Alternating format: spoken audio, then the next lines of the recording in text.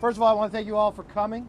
I got a number of members behind me representing Texas, Oklahoma, New Mexico, and I'm Kevin McCarthy, and my district is in California.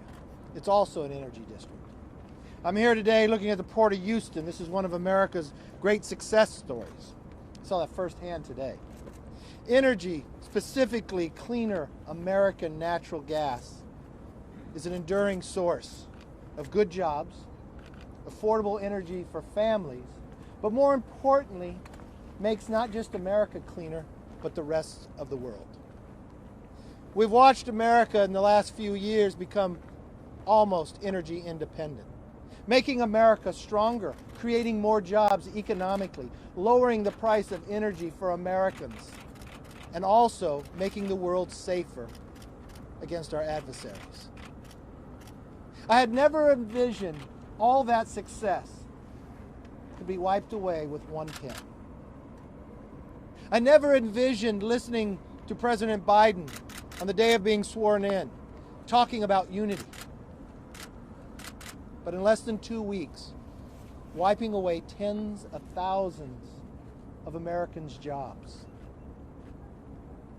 of empowering our adversaries to become stronger, and putting the energy cost of Americans on a path to go higher. Now, how do I know this to be true? I've watched his 42 actions, but I know it because I've lived it. President Biden tries to pride himself on doing a California model. I come from a community that produces energy. At times, the second best county production in the nation. I've watched what California has done to those high-paying jobs. Fewer wells being drilled, fewer jobs being seen.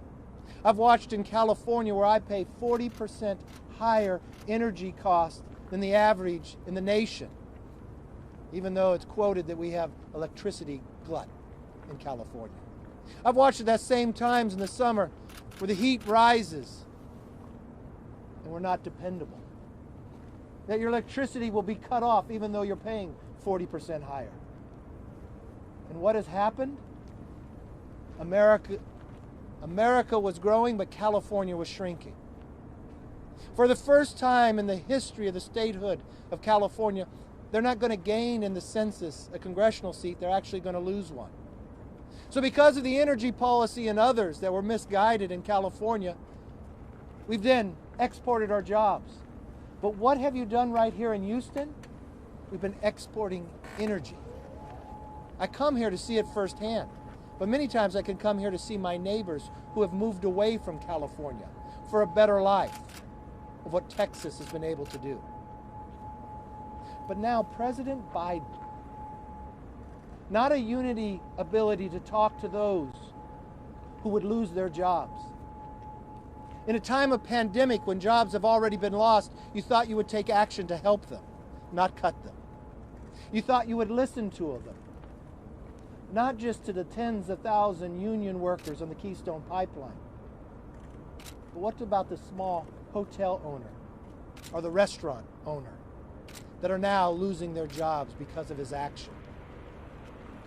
And the hypocrisy of the answer back. Go put in solar panels. That's the answer to the American essential worker that we need? That's what he campaigned on unity? To make America weaker and your adversaries stronger and the price of energy higher? That is why this group here will not sit back. Today we'll join Kelly Armstrong in introducing Keystone Pipeline Preservation Jobs Act. It'll also be put in by Senator Daines in the Senate. If President Biden is serious about any unity, come to Houston. Come to Middle America. Come look in the faces of those workers who earn $80,000 a year and tell them why you took their jobs away without even talking to them. Tell them why these good union workers should lose their job in the middle of a pandemic. And tell them your answer to just put solar panels, because that is wrong. An individual that's helped greatly in turning this economy around is the lead Republican on Ways and Means, Kevin Brady. He's watched not just America, but Texas grow as well based upon better policies. At a time when America could not export our energy, it was a Republican majority that changed that. And we've watched it, we've been able to lead the world with that. Hey, did you know we have a video podcast called WJ Live?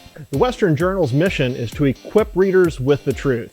That's the exact same mission we have on WJ Live. You'll hear from writers, editors, and special guests on the most important topics of the day. You can watch it live every day at 5 p.m. Eastern, 2 p.m. Pacific at youtube.com/WJ Live. While you're there, help us out by subscribing and hitting the bell so you won't miss out on any future episodes.